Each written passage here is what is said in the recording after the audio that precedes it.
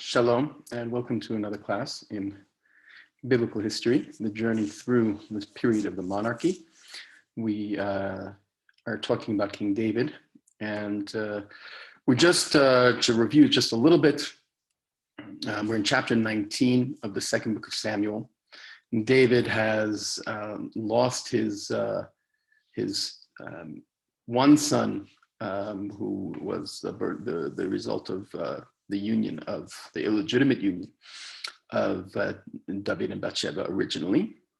And then Amnon, his other son, rapes Tamar, his daughter. According to the Midrash, Tamar kills herself. Amnon is killed by Avshalom. And Avshalom rebels against David and kicks David out, and King David has to run into the mountains, into Har Zaitin, the Mount of Olives, and but he rallies at a great battle between his army and Avshalom's army, and Avshalom is killed. Now, in chapter 19, right at the end of chapter 18, David was told that his son was killed. Remember, his son wanted to kill him. His son kicked him out of his home, and his son slept with his concubines. So you might think that David has at least ambivalent attitude or mixed emotions when he hears that his son was killed. And yet, in chapter 19, he continues to be inconsolable. It says, verse 1, the king was shaken. He went up to the upper chamber, and he was moaning these words as he went. My son Avshalom, my son Avshalom. If only I had died instead of you, O Avshalom, my son, my son. This is the emotion of a broken father, any father who has to experience the loss of his son. It's the unnatural experience, and even if his son wanted to kill him, nevertheless, to experience that moment when you find out that your son dies, like he had done already several times, it was too much for David to handle. David goes into a deep depression, and he's unable to be consoled. Now, you have to remember, the people who followed David, they were defending their king, who was being thrown away and who was being chased after and to be killed. And they defeated the enemy. Of course, the enemy was Avshalom and other Jews, but nevertheless, they defeated them. And now their king is whining and crying and weeping and moaning, my son, Avshalom, my son, my son. This is a problem. It's a problem because if you're a king, you have to lead your people. If you're not going to lead your people, then they'll leave you. Second verse, Yoav was told that the king continues to weep and mourn over Absalom, and it's too much. Yoav is constantly, throughout the story, he is this gatekeeper. He gets things done that David doesn't want to do.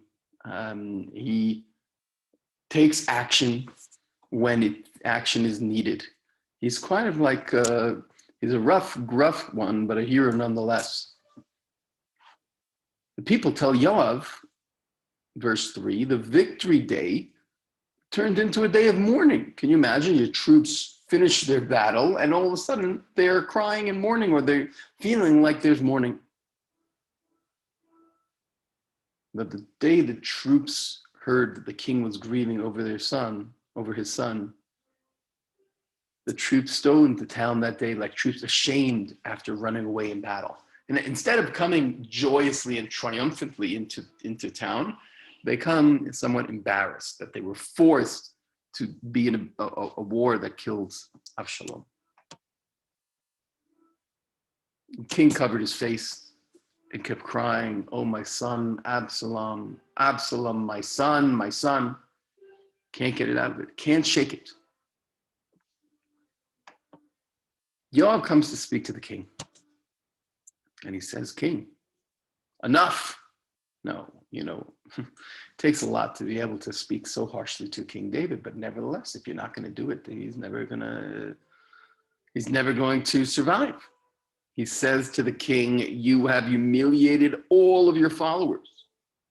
They saved your life and the life of your sons and daughters and the lives of your women and concubines by showing love for those who hate you and hate for those who love you." How you're humiliating them by saying they saved your life and you don't care about them, or you're angry at them even. Whereas the one who wanted to kill you, you're weeping and whining and crying. For you have made clear today that the officers and men mean nothing to you. It's very, very strong language. I'm sure that if Absalom were alive today and the rest of us dead, you would have preferred it. And he gives us David something to think about. Do you want to continue to be king? Because here, this is a moment you have to decide. And then he goes even further. "Now arise, get up, and placate your followers. Speak to their hearts," in the Hebrew. "For I swear by the Lord that if you do not come out, not a single man will remain with you overnight." And that would be a greater disaster for you than any disaster that has befallen until now. Not sure if Yoav's argument here is so powerful, but he's in like the rhythm here. He's saying, you do this and it's all for nothing. David hears. David always hears Yoav. It's fascinating. King rises up and he sits down at the gate of the city. That was the message. In other words, instead of being tucked away in his house and crying, he is coming to the gate of the city. And all of the troops who were told that the king was sitting in the gateway, they presented themselves to the king, and that's how it's supposed to be. The king is supposed to, wave people along. But the Israelites fled to their homes. In other words, there was still a feeling of civil war. And it's a problem if you're the king that you don't have control over the entire country like he once had, right? All of this before chapter 11, David was riding high. He was the king over everyone. He united everyone. And then because of this sin, everything unravels. Question is, does David have the ability, compunction to reunite the kingdom? All the people throughout the tribes of Israel were arguing. Some said, the king saved us from the hands of our enemies, and he delivered us from the hands of the Philistines. And just now he had to flee the country because of Absalom. But Absalom, who we anointed, he died in battle. Why do you then sit idle instead of escorting the king back? In other words, there was some who simply said, okay, we made a judgment to go with Absalom. Now Absalom's dead. We go back to the king. The king finds out that there's talk in Israel and everyone's stirring. So King David sent this message to the priests Zadok and Eviatar. Speak to the elders of Judah and say, why should you be the last ones to bring the king back to his palace? This is interesting. It sounds like his own people in Judah, of course, remember that Hebron is in Judah and they were the ones who went with Absalom. But nevertheless, he says, you're my people. I grew up with you. And now you're the last ones to come to see me. He says, you are my kinsmen, my own flesh and blood. Why are you coming last? It sounds like you're not even coming. And not only this, but you should give a message to Amasa ben Yeter. Remember him? He became the general who fought for Avshalom. And now that Avshalom is dead, so is David going to kill Amasa? So he says, say this to Amasa, you're my own flesh and blood. May God do thus and more to me if you do not become my army commander permanently in place of Yoav. Now, that's a strong ask that he's going to become in place of Yoav.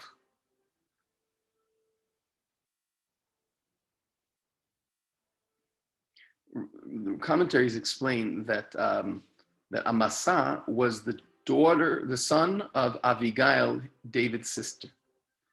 So he kind of said, you'll take over. In other words, he's trying to reunite, and he might have been doing it at the expense of Yoav. Vayet et levav kol ish Yehuda ki ish echad. Finally, Amasa, who had the power, swayed the hearts of all the Judahites, and they sent a message to the king, come back with all your followers, we will ride with you. Now remember, the king is in Jordan. Hold on a second. The king is in Jordan. He has been kind of, after he ran away, right? I showed you the map. He ran away from Jerusalem. He went north, he went east to over the Mount of Olives. He went down the mountains and he crossed over the Jordan River for safety. But now, after the battle is done, he needs to cross back into Israel and back to Jerusalem. So the king started back and arrived at the Jordan. And the Judites went to Gilgal to meet the king, to conduct the king across the Jordan. The Gilgal is a very important place. It's the first place that the Jews arrive when they leave Egypt and they cross into the land of Israel. It becomes a special place. There's a monument there. And when David left running away, he went through Gilgal. And now that he's coming back, he comes through Gilgal. And who comes to meet him? None other than the people of Yehuda, his former kinsmen. And who comes also to meet him? None other than Shimi ben Gera. Do you remember Shimi ben Gera? He was the worst. He was throwing rocks at the king the entire time, and he was cursing at him and saying, you're a person of blood, and you killer, and you're a murderer. He obviously, you say that off of your head, and we expect David is going to kill him. Meanwhile, Shimi ben Gera comes from this place called Bachurim, comes with the people of Yehuda to the king. Now he's accompanied by 1,000 people from Benjamin, and Siba, this is all the house of King Saul, okay? The servant of the house of Saul, together with his 15 sons and 20 slaves, rushed down to Jordan ahead of the king. In other words, everyone's trying to make amends. Once the wind blows and you see that the king is powerful again, you don't want to be killed. Well, the crossing was being made to escort the king's family over, to do whatever he wished. Shimi ben Gera flings himself before the king as he was about to cross the Jordan. He throws himself on the floor or on the Jordan or wherever he is, and he asks for his life. And he says to the king, let not my Lord hold me guilty, and do not remember the wrong your servant committed on the day my Lord the king left Jerusalem. Let your majesty give it no thought.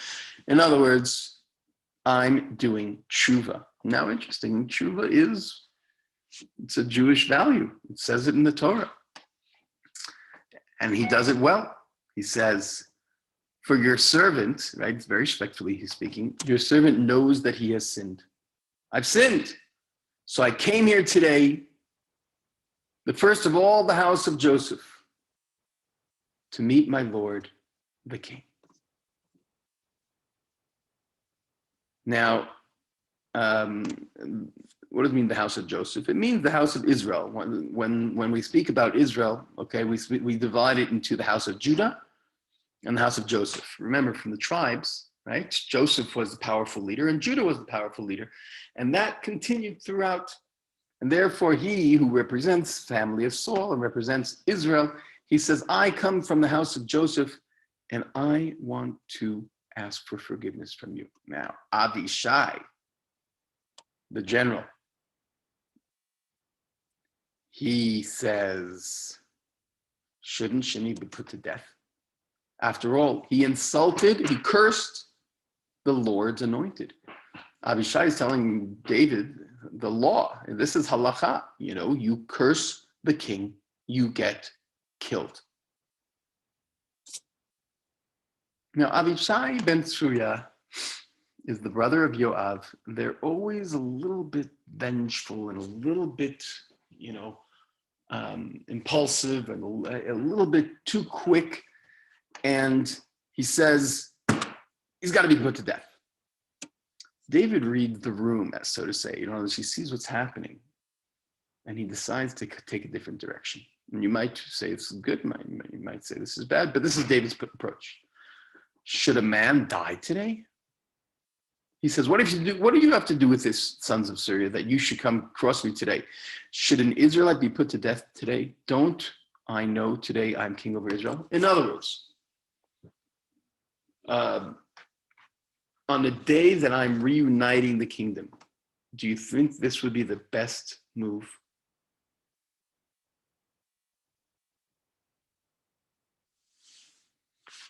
He regrets it. He is asking for forgiveness. I think I need to give forgiveness. I think this is what God would want. And King David says in verse 24 to Shimei, you will not die, I swear it. Very powerful. We'll see what happens to Shimei ben Gera later on in his life. But he then turns to Mephibosheth ben Shaul. Remember Mephibosheth. David took care of him. And nevertheless, he went with Absalom.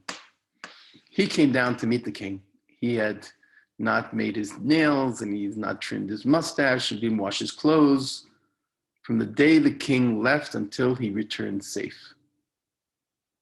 And David turns to Mephibosheth, and he said, why didn't you come with me, Mephibosheth?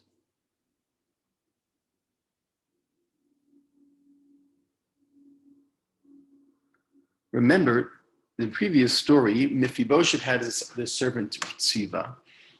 And Tziva came to David and said, oh, Mephibosheth went with Absalom. And David said, okay, if that's the case, I'm giving all that was Mephibosheth to you, Tziva. And now Mephibosheth comes and tells David what happened. He says, my servant Tziva, he tricked me. Now, we don't know if he did trick him, if he didn't, if he's trying to save face, but he said, my servant tricked me. And he says, I plan to saddle the donkey and ride it to go with you because, I'm lame. And Tziva, he slandered me and went to you and said, he's gone with Absalom. And now, I'm caught in between. So please do with me as you will. In other words, I'm ready to accept my fate. For all the member of my family deserved only death from you. He's speaking to King David. Yet your servant among those who ate at your table, right? You allowed me to eat at your table. I have no more appeals for you. In other words, I've done wrong, and then I've done more. And you were so nice to me, I am not going to ask for more than this. If you kill me, I understand it. King said to him, don't speak any further. I decree that you and Tziva will divide the property together. In other words, I'm forgiving you. And Mephibosheth said to the king, let him take it all as long as my king comes home safe. As Mephibosheth is standing firm, sounding sincere, saying, really, all I care about is your welfare, king, and I don't care really about wealth. Barzillai Hagiladi comes to the king by the Jordan. Barzillai was the one who protected David, who took care of him earlier, but he was very old by now. He was the Nach says he was very old. He was 80 years old. He took care of the king in Machanaim. He was a wealthy man. And a king says to Barzillai, come with me. Just like you took care of me when I was running, I will take care of you. And Barzillai says to him, how many years do I have left? I should start running and going now with you. I'm 80 years old. I'm going to go to Jerusalem and set up a whole life again. Should I know the difference between good and bad? Should I taste what he eats and drinks? Can I still listen to the singing of men and women? In other words, I am old and I'm not going to start a new chapter. I could barely cross the Jordan with your majesty. Why are you rewarding me so generously? Let me go back and let me die in my own town near the graves of my father and my mother. It's actually quite a beautiful soliloquy by Barzillai. Let him cross, my lord the king, and do for him as you see fit. Take my slave instead. So the king said, okay, let Chimham come with me, and I'll do for him as you see fit, and anything you want me to do, I'll do for you. David always pays his debts. It's one of the lovely aspects of King David. Vayavor kol ha'am et Yarden. Finally, ceremoniously, the troops crossed the Jordan, and when the king was ready to cross, the king kissed Barzillai and said goodbye, and Barzillai and blessed him, and Barzillai returned home. So the end of the chapter, the Judahites do come together, and the Israelites also, but they have a little competition, vying, who deserves to now stand together with the king. In the end, after the little squabble, the men of Judah prevailed over the men of Israel, and they all, were able to lead in bringing him back to cross the Jordan.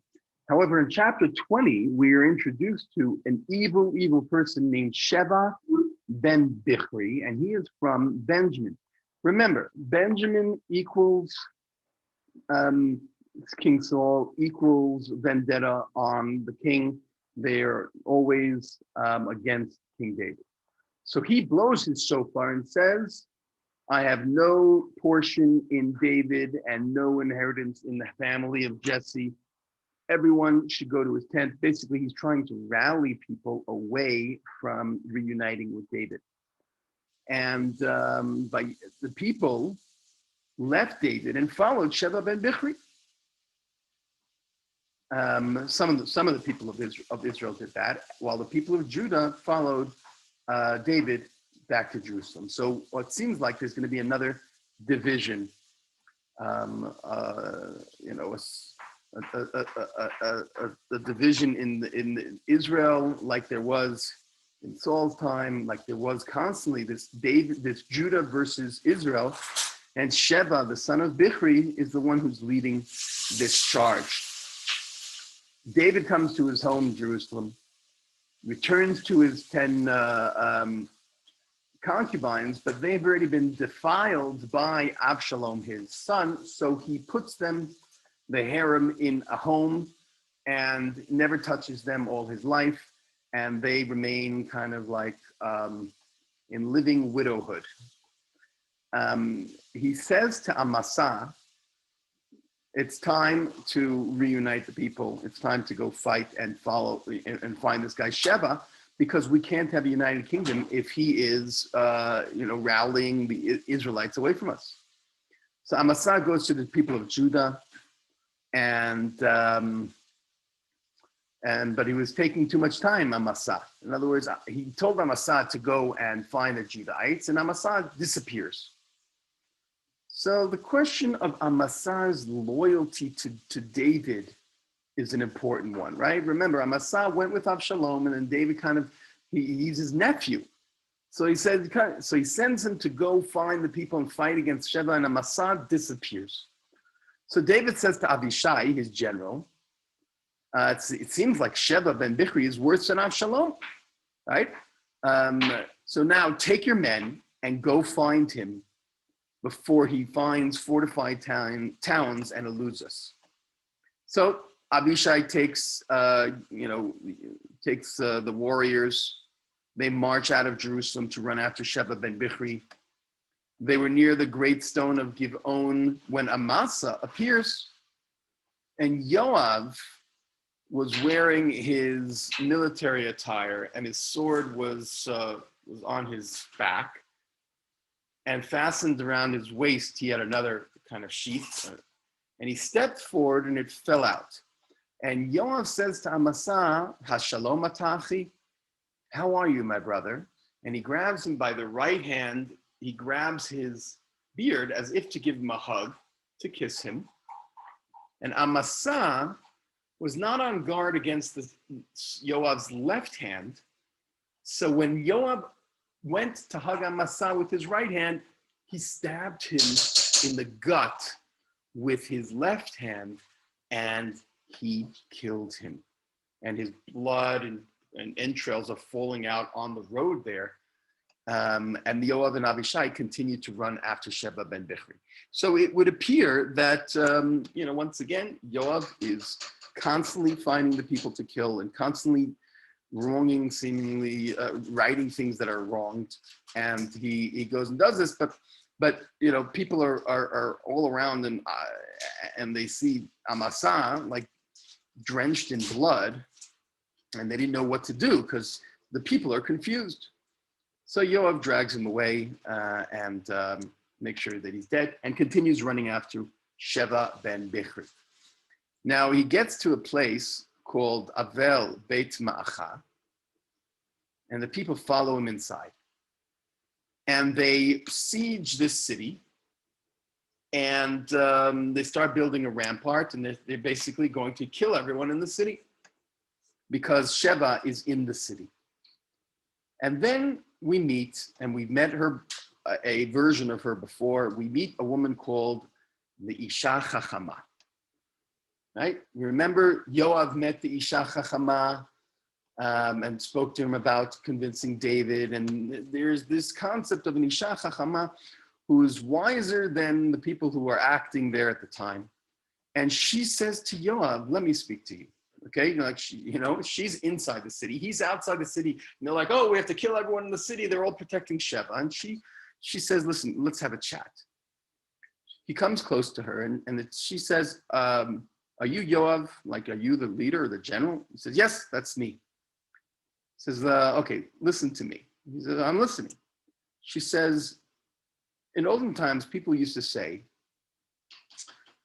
let them inquire what's going on in Avel, in this city. And then that's how things would get resolved. In other words, you don't come and all of a sudden go and try to kill everyone. In the olden days, you would say, okay, tell me what's going on there. I am one of those who seek the welfare of the faithful in Israel. In other words, I'm a supporter of David. Why are you going to kill?" And here it says, "Ir ve'ein b'Yisrael." This is a famous phrase, a city, a mother city in Israel. Why would you kill everyone? Well, Yoav says, no, I don't want to kill everyone. All I want is this guy, Sheba ben Bichri. He wanted to kill David. He took all the people. He's steering them away. So the woman says, "What if I throw his head over the wall to you?" He said, "Oh, that's a good idea. Yeah, if you can go and kill him quietly, then everything will be fine." The woman came to all the people and said, "Listen, we don't want any to be destroyed. We don't want to incur the wrath of David. There's this one guy who's here, and he's not even from here." So she convinced them all. They cut off his head. They threw it over to Yoav. Yoav blew the shofar, and everyone went back to Jerusalem to the king. And Yoav continued to be the general, and Benaiah ben Yehoiada was on the Kreti Upleti, and Adoram was in charge of the labor, and Yehoshaphat was the son of Achilud, recorded things, and Tzadok and Aviatar were the Kohanim, and Ira served David as well as the priests. And that ends chapter 20. And this is continuing with the saga because there's going to be a famine we will speak about that next week. So thank you for listening.